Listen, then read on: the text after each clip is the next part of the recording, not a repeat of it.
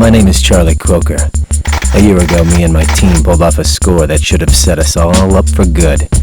260 bricks of gold bullion, freshly minted in Indonesia. It was one last big job for all of us in Venice. Or so we thought. There was one thing we hadn't planned on. One of the team, Steve Bandel, decided he wanted it all. In minutes, the heist of our lives vanished. Steve shot our safecracker, John Bridger, an old pro who was my mentor. Probably more than that.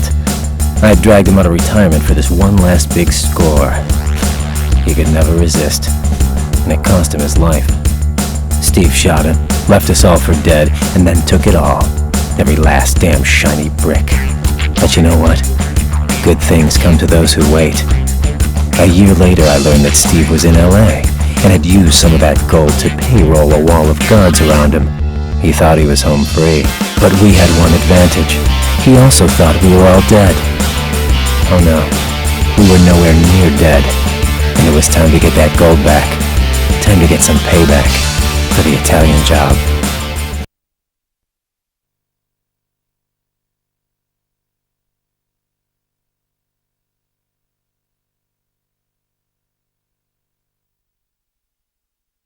It all began with a meeting.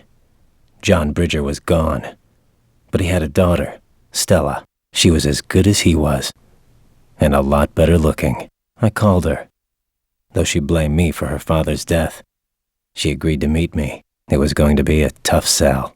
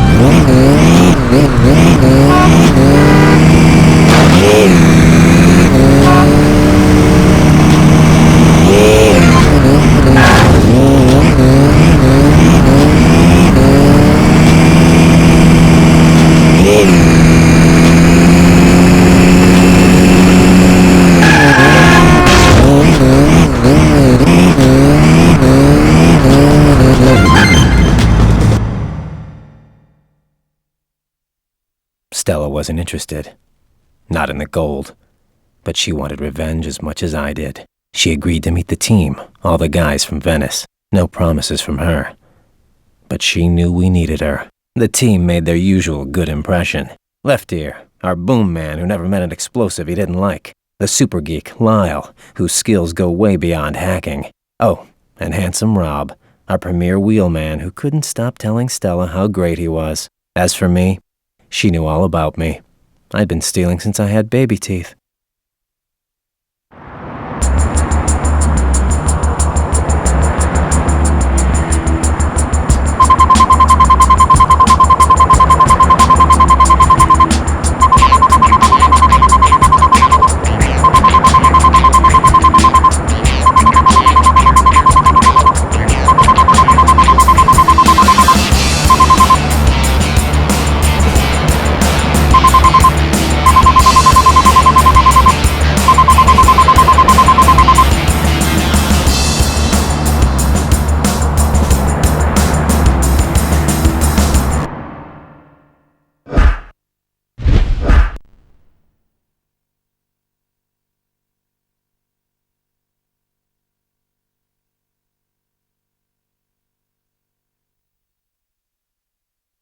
Revenge is such a powerful motivator. Stella came on board.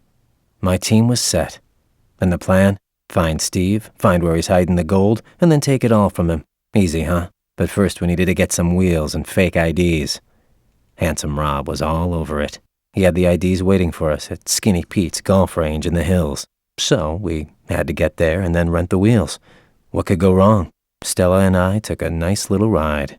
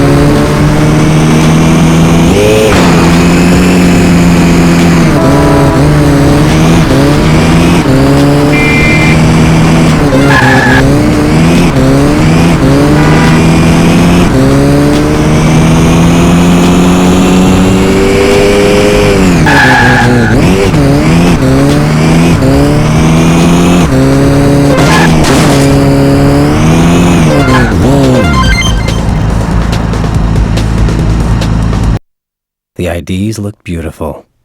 Next, we had to try them out at the rental office.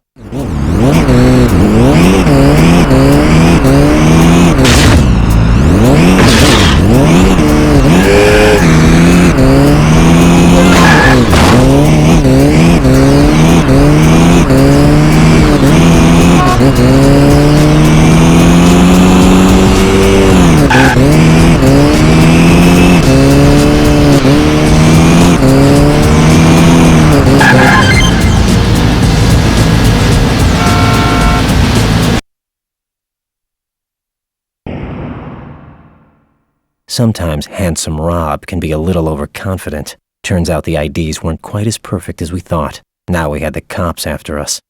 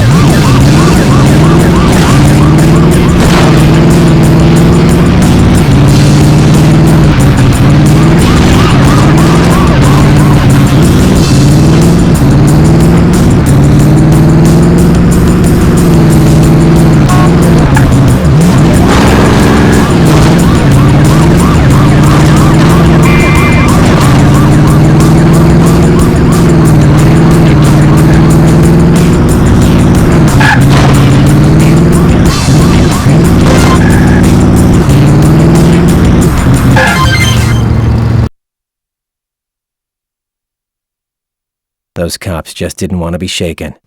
But then I didn't want to get caught. We finally had our rental car and things were ready to move.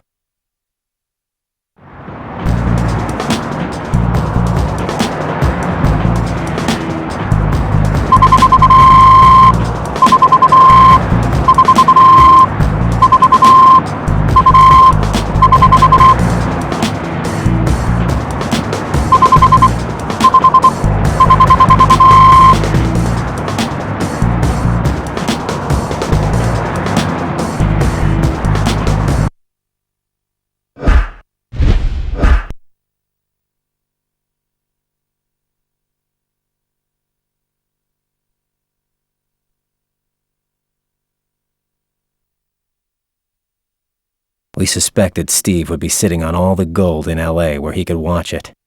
But we had a little problem. Once we had it, how were we going to get it out of town? We needed fast cars, cars that could cut through the LA traffic, cars that could ride anywhere. We needed Mini Coopers. I sent Handsome Rob and Stella to pick up a pair.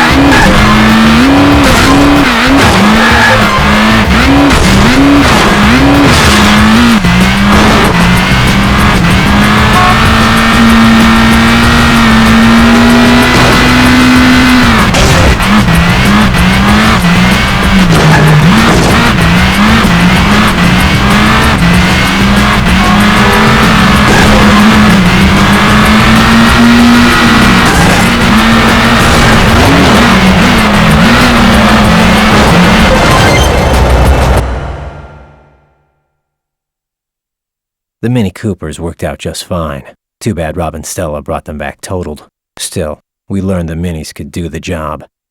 Now all we needed were new ones.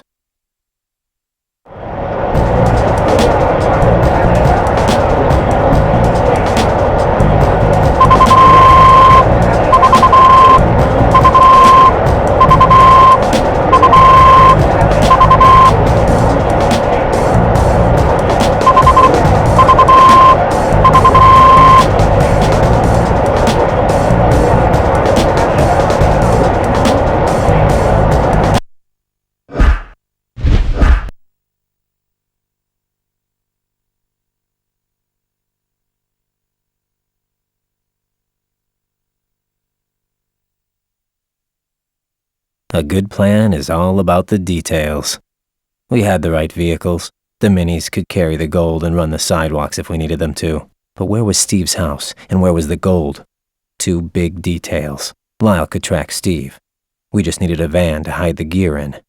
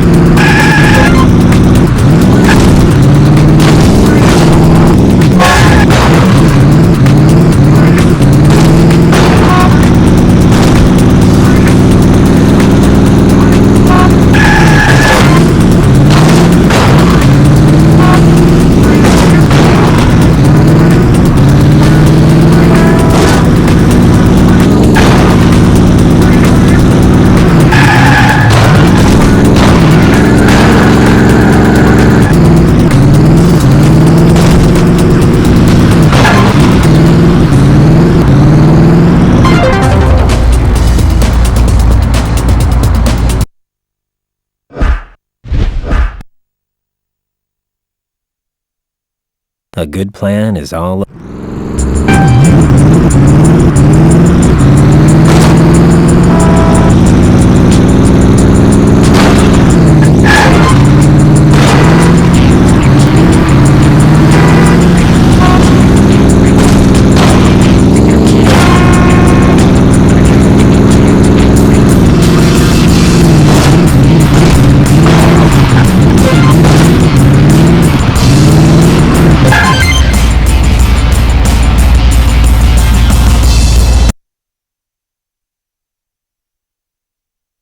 Handsome Rob scored the van. But then we had a surprise show up. Steve. No time like the present. Rob used the van to tail him.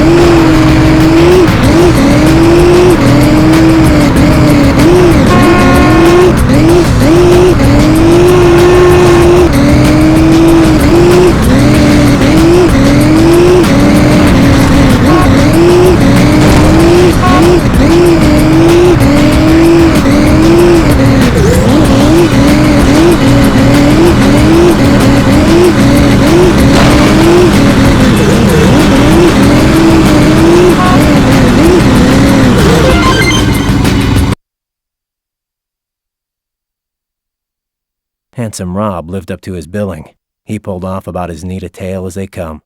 Straight back to Steve's house. Cross off another detail. Now, where the hell in that big joint was the gold? And how would we get it out?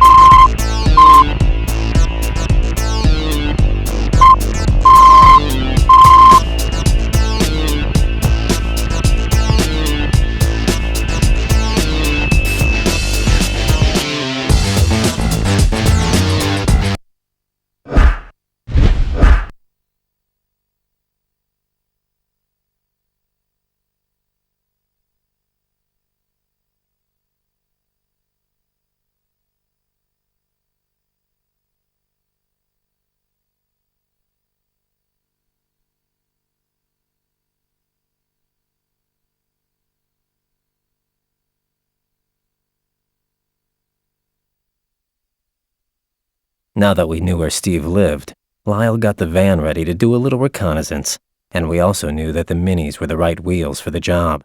Only thing is, we needed 3 new ones after Rob and Stella's road test. The 3 of us would have to go after the new minis and hope the cops didn't mind too much.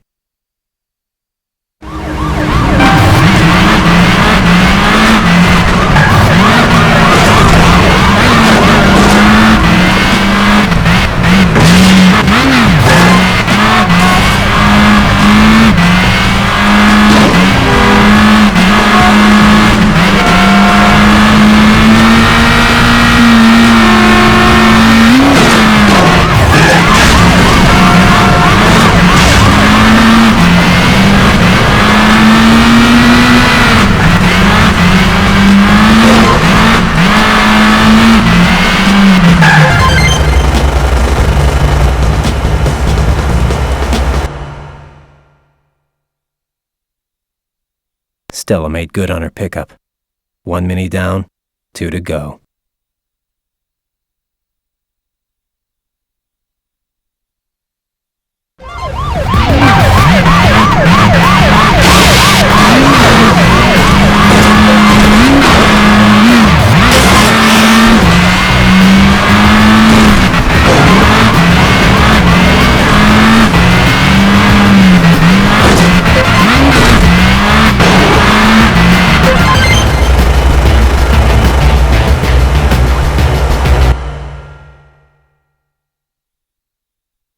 Handsome came through fine, not even a scratch this time. I had to get the last.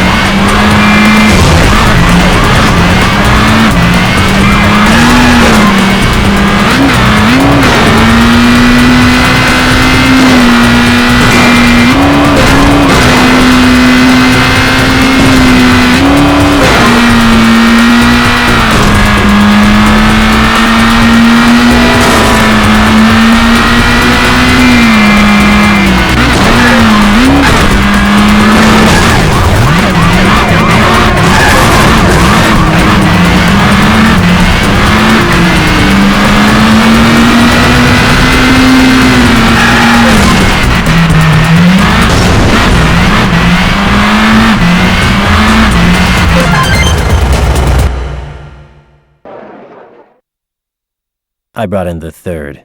3 Mini Coopers, all ready to roll. But they needed to shed a little weight before they could be used to carry all that gold. We left them in the company of Wrench, our hired mechanic, for a little custom work.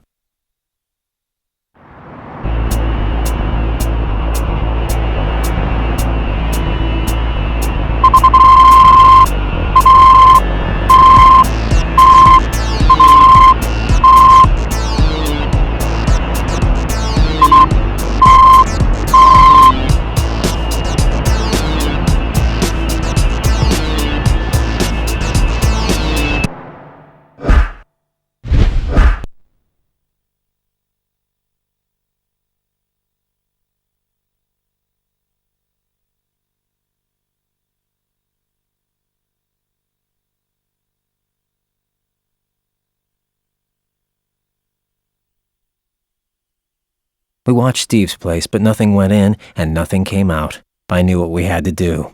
Someone had to get inside. So Lyle blows Steve's cable, calls the service. We reroute the call and send in our own technician. But the fact that Steve knew all of us meant that our cable guy would have to be Stella. She didn't like the idea. Not at all. But there was no other option.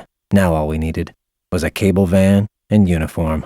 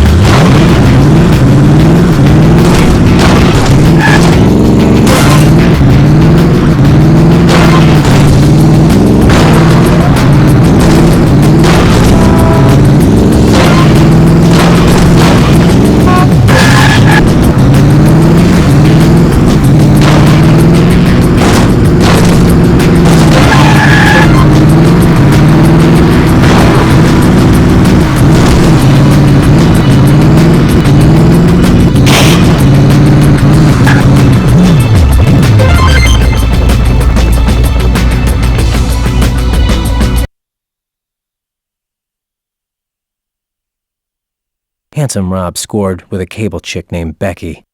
We had our uniform and a van. Too bad he picked up some LA heat on the way back.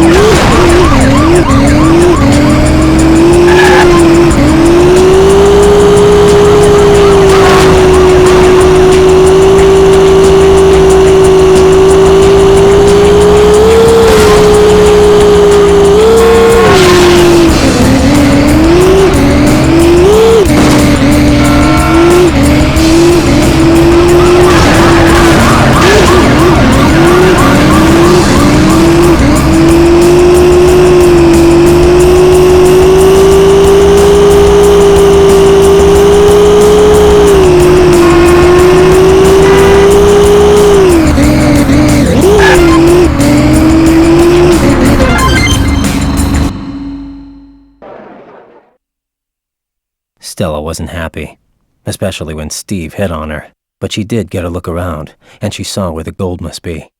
Locked inside a Worthington 1000. Tough to crack, but not impossible. Supposedly. But to bust in, we needed Steve out. Now lucky Stella got to go out on a date with the guy who killed her father. Sometimes the price of revenge is too high.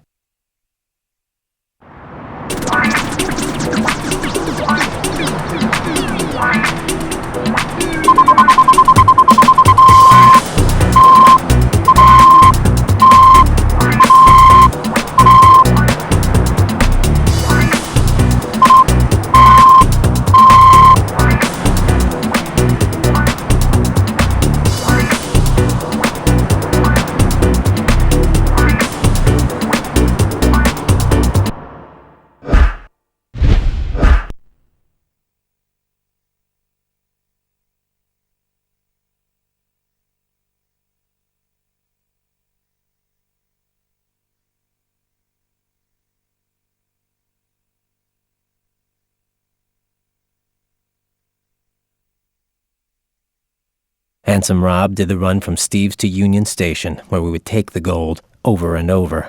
His best time? 35 minutes top. Way too slow. Lyle said he could fix that. He just had to hack into the traffic control center and make sure that we got green all the way before Steve got back from his date. But first, Lyle needed his laptop, and then he could pay a little visit to the traffic center. We got moving.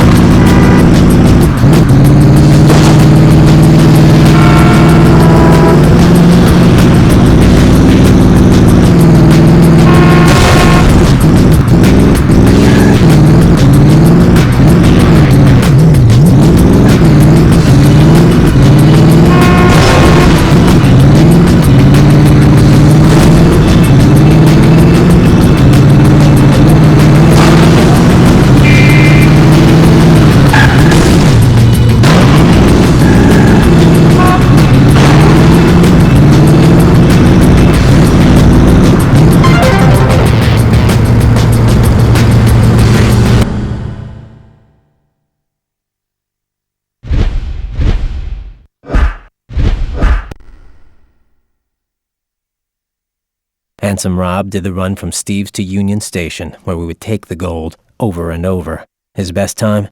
35 minutes top. Way too slow. Lyle said he could fix that. He just had to hack into the traffic control center and make sure that we got green all the way before Steve got back from his date.